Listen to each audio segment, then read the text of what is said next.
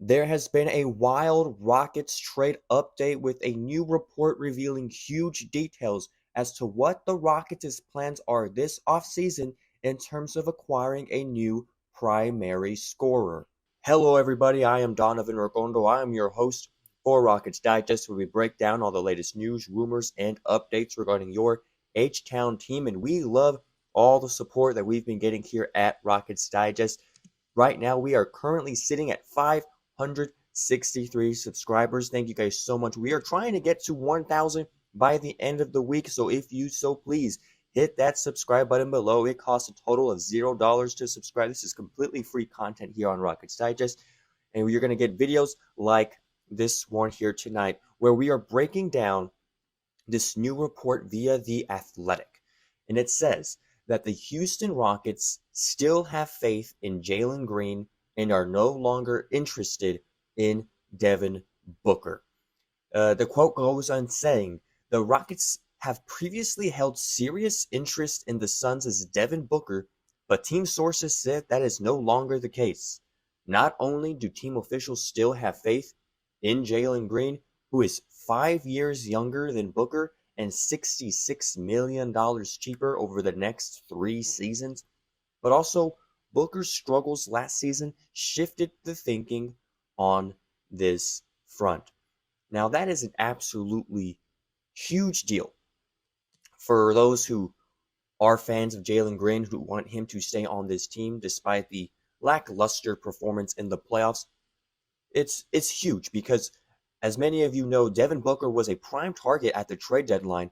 There was some serious interest from the Rockets side, from Devin's side, and so to have this complete 180 of, oh, we are no longer interested in Devin Booker is insane. And a lot of that is due to the fact that, one, Devin Booker did not quite have as great of a year as he had in past seasons, his lowest points per game since his second year in the NBA. And on top of that, as you see, he is $66 million more expensive than Jalen Green. And so if you were to acquire a guy like Devin Booker, you have to ask yourself, what's the ROI on that? What's the return of investment? Because you would essentially be trading for a guy who has shown signs of decline. I don't think he's going to turn into a bum by any means. He's still Devin Booker, a solid NBA player. But at this point in his career, still trying to figure things out. Is it worth $66 million for a guy who is, maybe just a little bit better than Jalen Green, when in return you could just develop Jalen Green, gain more playoff experience, gain more experience throughout the regular season, up his game in many aspects like that. And so it's very interesting to see that this front office has kind of made it known that Jalen Green is the guy that they want to go with for the foreseeable future. And the Rockets, they saw his struggles in the first playoff series of his career, and they saw it more as a team problem rather than an individual issue. It was a team problem. And on some aspects of that, I do agree. I do think that, not knocking down those 3-point shots, the Warriors pretty much blitzed everything. That what like you have to be able to shoot the ball in order to help spread the floor for your primary guy. Uh, Additionally, the Rockets did not really see his limited production as a red flag, and to that I'm a little like, okay, maybe not a red flag, but certainly a yellow flag, right?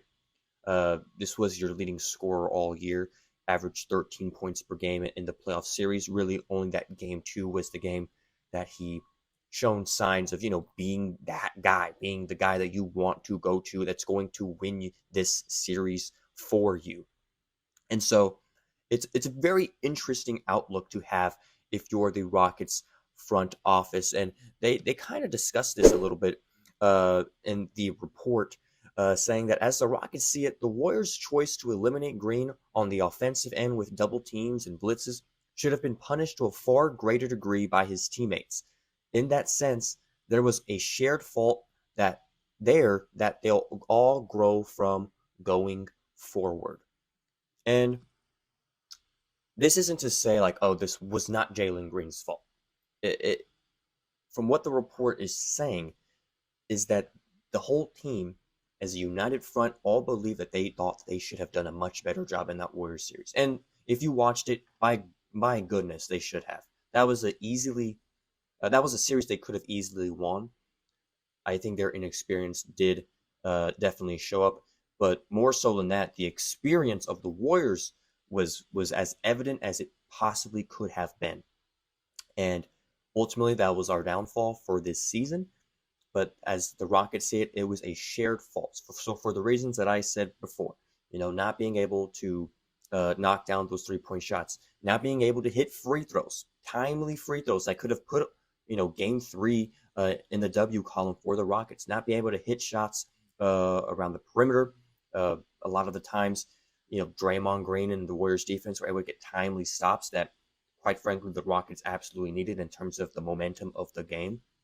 And so that's how the Rockets view this situation more on a team aspect. And GM Rafael Stone touched base on, yes, Jalen Green is someone that they want to value, want to keep for the future. But he did say this in his press conference. He did say, the business we're in, nobody, myself included, nobody's untouchable. But everybody on our roster, we deeply value. And so this goes along the lines of what Rafael Stone has been saying pretty much throughout his tenure as the GM.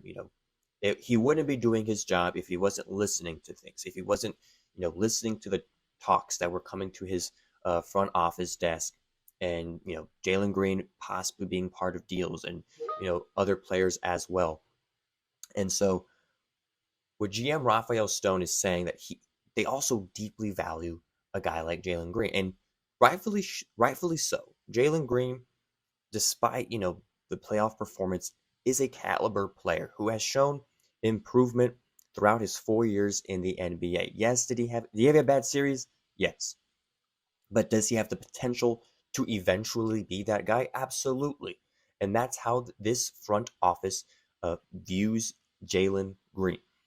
Now, also in that press conference, though, I want to bring this up because there's still a lot of talk of, Jalen Green, is he the guy in Houston that they need? One of the reporters in that press conference brought up some interesting data about Jalen Green. It was data that had shown that he wasn't as productive with him being on the court versus him being off the court. So that it was data that looked at offensive rating, or excuse me, that looked at the net rating for Jalen Green being on the court and being off the court, and it showed that he was not exactly having the same. The Rockets were not having the level of production with him on the court rather than him off the court. And the reporter asked GM Rafael Stone, like, what do you think about this data? And he had an interesting response. He said, well, that's a really flawed question. There's great data that we have and we use. I can make data say whatever I want it to say. We heavily use it, but we're careful. The data in question is this chart right here. This is the net rating that I was just referring to. For those that don't know what net rating is, a net rating shows how much better or worse a team performs on a per possession basis. So you get that number by subtracting a team's defensive rating from the offensive rating. If you have a positive net rating, that means that your team scores more points than it allows. And if you have a negative offensive rating, that means you allow more points than you score. So these are the splits for Jalen Green. This is what that reporter was referencing. When Jalen Green was off the court, and it's split up between player by player. So with Şengün playing without Jalen, Fred playing without Jalen, Amen playing without Jalen, Brooks, Adams, Jabari, Tari. When Jalen was not on the court, the net rating increased. All those blue up there are without Jalen. The lowest of all that is, I believe, that looks to be a positive 8 rating with the Tari without Jalen combination. And then you look at everything underneath. Jalen with Adams, Jalen without Alperen, Jalen with Jabari, Jalen without Fred, Jalen plus Şengün. The net rating gets lower and lower and lower and lower and lower. And so it begs the question, how productive is Jalen Green? We see him play. And I do want to acknowledge, and this is something Charles Barkley said post-game, if he can't figure it out scoring, other facets of his game seem to drop off, which is not a quality you want in your number one scorer. And so with a graph like this, I feel like that reporter was asking a very, crucial question is it worth keeping this guy? But from all things that we have considered, from this report, from everything that GM Rafael Stone and head coach Ime Udoka had said in that in that post-season conference, they firmly believe that a guy like Jalen Green, although nobody's untouchable, is still someone who can have a large return of investment. It might take longer than we anticipated. Every Rockets fan hoped it would be this playoff series. And every Rockets fan hoped that he wouldn't have just only scored 13.3 points per game. But it's a long process. And as a lot of Philadelphia 76ers fans said for many years, you gotta trust the process. And that seems to be what the GM, Rafael Stone, and the Houston Rockets front office is going to do. We're not going to go after Booker. He struggled all last season. 25 points per game, but still, if you watch him play and the way that team operated, not very beautiful basketball, if you ask me. Devin Booker, to them, is not worth the $66 million it would take to have that number one scorer. You have a guy like Jalen Green, who's significantly cheaper and has the signs of being your playoff clutch basketball player that you always wanted him to be, and be that number one guy. Well, that wraps it up for this video of Rockets Digest. Let me know what you think of this report. Do you think that the Rockets are making a good decision in keeping Jalen Green, or do you think they should be more open to options outside of the Rockets? With that, this has been an episode of Rockets Digest. We'll see you next time.